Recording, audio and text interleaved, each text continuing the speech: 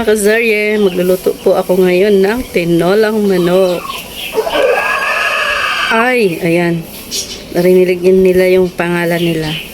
So, ayan, magka-harvest po kami ng tanglad, malunggay, papaya sa bakuran at saka sili sa tinola. So, let's go mga kazarye.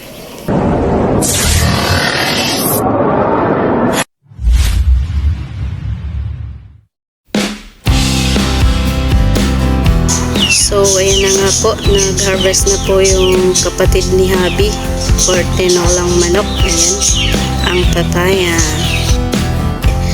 So, isa lang po yung kinuha dyan. Malaki-laki na nga po yan. So, ako naman po ay nagkuha din ng bunga ng sili. Ayan. Para hindi ka na bumili ng siling haba. Ayan. Ayan na lang po yung ilalagay sa tinola ng manok. So, yan, 10 piraso po yung kinuha ko dyan. Kasi yung iba ay mahilig sa sili. Kinukuha po nila yan sa sabaw at dinudurog. Ayan. So, kukuha naman tayo dyan next ng ano nga ba?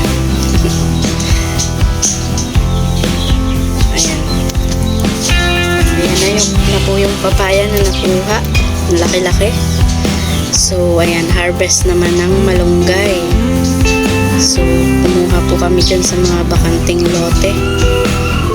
Sa tapat ng bahay. Ayan. Sayang yung mga okra, hindi na na-harvest. Na-over na. Ayan, yung tanglad ni tita. Ayan, for the harvest na rin. Para sa pang-tinolang manok. So, ayan. Palaging magtanim para merong aanihin in case na gusto mong magluto ng ganito ganyan. So, ayan na po yung nakuha namin. So, hugasan ko na po yung malunggay. Nagbabalat na ng papaya and yan na. Nilinis ko na rin po yung manok. Nilagyan ko po ng asin. Nilamas-lamas ko sa asin. Tsaka siya hinugasan ulit. Ayan. So, ayan. Na-prepared ko na po yung mga ingredients. Ayan po yung sili, onions, garlic. Ayan na yung papaya. Ni-slice ko na. And then yung tanglad ay itinali ko na rin. And yung ginger. Ayan. Yung malunggay ay natanggal ko na rin sa kanilang tangkay. So, saute na po tayo mga kazarye. Ayan. Inuna ko po yung garlic sa pag-saute. So, pinapa-brown na po natin yan para malasap natin yung amoy ng ating mga spices. Ayan. Yung tanglad, iginisa ko na rin po. Yan, isinabay ko na po sa paggisa yung papaya. Nauna pa po sa manok para po magkasabay lang po sila nung manok sa pagkaluto, pagkalambot ng papaya. So, ayan. Nilagay ko na rin po yung manok. Ayan. Nilagay ko na rin yung chicken para sa ating tinolang manok. And then, lagyan ko po yan ng patis. Huwag na po yung asin. Mas masarap po yung patis para pampalasa. Then, mamaya ko na po siya lalagyan ng water.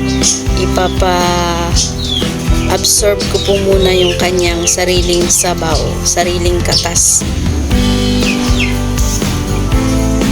Para yummy. So, ayan. Tinakpan ko na po para ma-absorb yung katas niya. Habang nagpapainit po ako ng tubig sa ano ba tawag? Kettle. So, ayan. Pinapakulo ko po muna siya sa sarili niyang sabaw.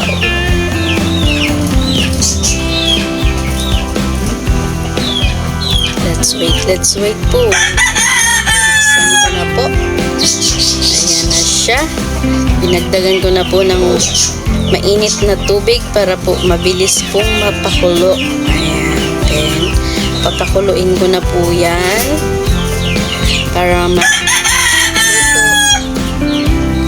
ating chicken and then yung ating papaya. And then, nilagay ko na rin po yung sili. So, ayan. Maluto and then mamaya ay titimplahan po natin bago po ilalagay yung dahon ng malunggay.